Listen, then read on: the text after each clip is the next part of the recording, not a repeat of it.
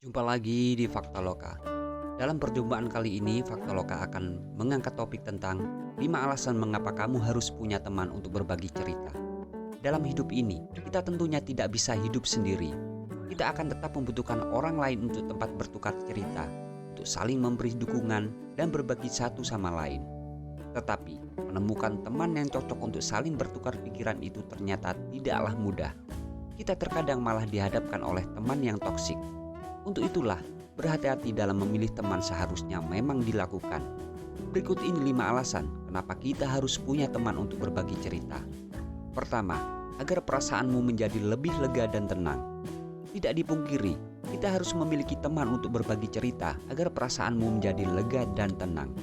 Jika terdapat sesuatu yang mengganggu pikiran, perasaan yang gundah gulana, atau keadaan yang sedang tidak baik-baik saja, kita kadang hanya butuh teman untuk saling bercerita.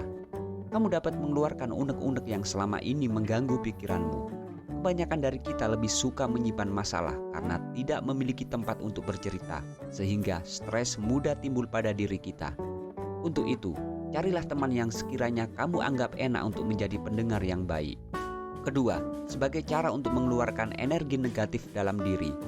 Masalah yang dipendam berlama-lama tentu saja akan menjadi penyakit hati. Ya, bagaimana tidak? Sesuatu apapun suka kamu simpan sendiri dan kamu tidak memiliki teman untuk mengobrol. Alhasil, penyakit hati akan muncul menggerogoti dirimu. Berbeda halnya jika kamu mempunyai teman untuk berbagi cerita. Kamu bisa meluapkan rasa sebal, mengeluarkan kejengkelan hingga amarah yang bisa membantumu melepas energi negatif. Dengan begitu, hal ini bisa membuat perasaanmu menjadi lebih nyaman. Ketiga, bisa belajar dari sudut pandang yang berbeda. Biasanya, jika kita berhadapan dengan suatu masalah, kita menjadi mudah termakan emosi. Pikiran kita menjadi tidak logis, bahkan suka bertindak gegabah. Dengan bercerita kepada teman pilihanmu, kamu bisa belajar dari banyak hal dari berbagai macam sudut pandang. Bisa jadi, keputusan yang kamu anggap baik belum tentu baik di mata sahabatmu. Apa yang kamu kira tindakanmu sudah tepat, belum tentu temanmu itu menganggapnya demikian.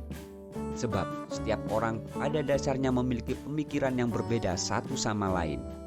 Semakin banyak kita meminta masukan atau pendapat, maka semakin berhati-hatilah kita dalam bertindak. Keempat, menyadarkan bahwa selama ini kamu tidak sendirian. Dalam hidup, kita terkadang merasa sendiri dan tidak ada orang yang benar-benar memedulikanmu.